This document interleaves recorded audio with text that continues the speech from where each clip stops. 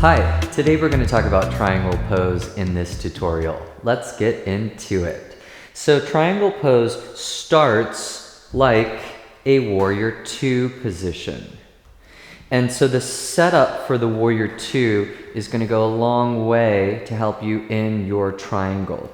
So just to talk about warrior two for a moment, one of the most common things that I see is back bending, sticking the chest out, and then collapsing in the hip for the warrior two. So setting up the warrior two, we want to make sure hips tuck forward, belly in, ribs closed, and I'm constantly lifting the rib cage out of my hip instead of sinking into the hip or into the leg, okay? The other thing that I commonly see in the warrior two position is the front knee moving in towards the midline.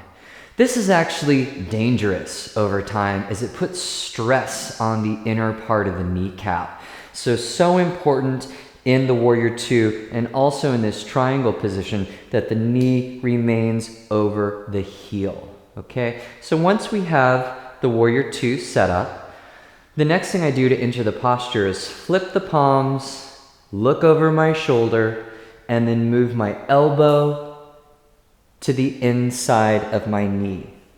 So this is the first point of contact. Elbow point touching inner knee bone. In other words, the fingertips are also not touching the floor. This is going to be a lot of leg strength, glute strength, pelvic floor strength, and lower belly strength. As soon as my fingers touch the floor, I no longer am using the strength of my hips, my pelvis, my lower belly, and my legs. So making sure that fingertips are always off the floor and that elbow point is always touching the inner line of the knee. Now, the other thing that I'm thinking about in my triangle, especially with this front foot, is that I'm pushing down through the heel. I like pushing down through the heel because that puts the work in the glute and takes it out of the thigh. Now the thigh will be working regardless. The butt cheek working, however, is optional. And so if the weight is forward in the foot and we're only using the ball of the front foot to stabilize the position, thigh is working, glute is not working, and then your thigh will get tired really quick and your glutes aren't being used to stabilize this position, making it 10 times harder than it needs to be. The other thing that's important with the grounding, with the stabilization, is still reaching through the back leg. So even though the weight is all coming into the front leg, the front hip, the front glute, the more you reach through the back leg, the more you even the work through the entire pelvis, again, making it easier to hold the position. So that's the legs. Now the gaze is up at the top thumbnail. And I'm just gazing at my thumb and then I'm breathing, and the breath is so important in every single posture, but especially this position. Because of the intensity and the work in this posture, students often stop breathing, which then makes it even harder to maintain the pose because there's no breath, there's no prana, there's no energy coming into the body to support the body in the position. So I'm always watching my thumbnail and I'm taking slow, deep breaths. Even though it's a lot of work, my face is not showing it and my breath isn't showing it. Don't worry if you don't get that right away. Sometimes you have to fake it till you make it a little bit. You'll get there with time and practice. Now, with the knee into the elbow, these 2 points are not just touching one another, but instead I'm actively pushing the knee into the elbow, and what that's doing is helping create a twist and an opening through the chest and the rib cage. Now this is where things get a little tricky, and this would be more of an advanced correction.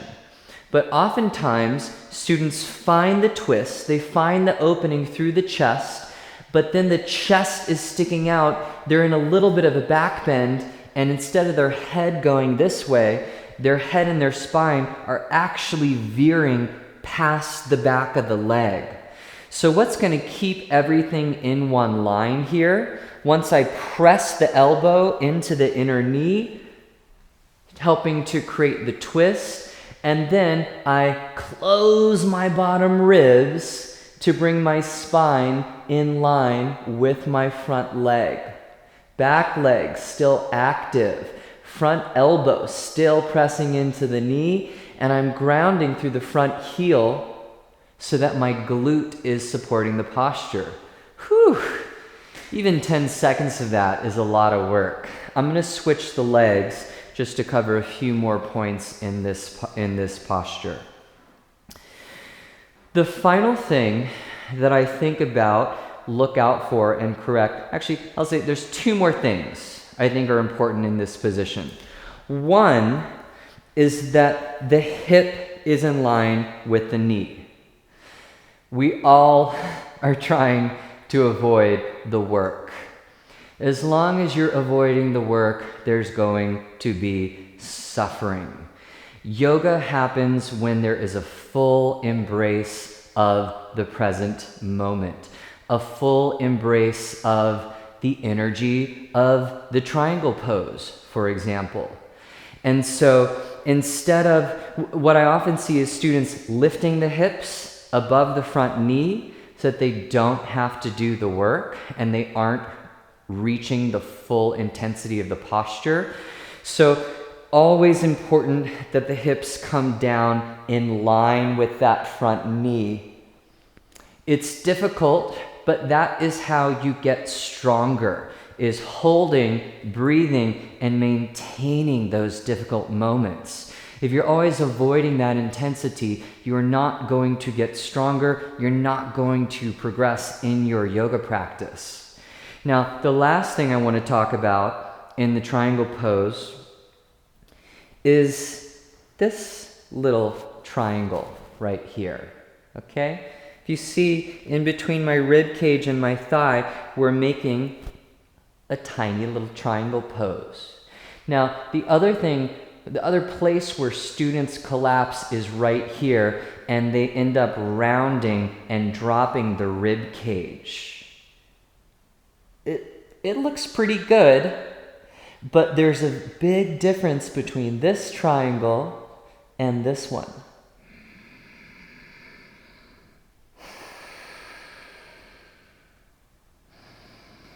And so one of the things that I'm always thinking is lengthening these bottom ribs, lengthening, reaching through the bottom armpit, trying to create a nice triangle here instead of a droopy, curved triangle in this negative space between the thigh and the rib cage. To create that length, I push hard through my front heel. Pushing, pushing, pushing. It's the down that takes you up. And so once I have that length through the ribs, I'm good. And I simply stay, wait, and focus on breathing into both lungs.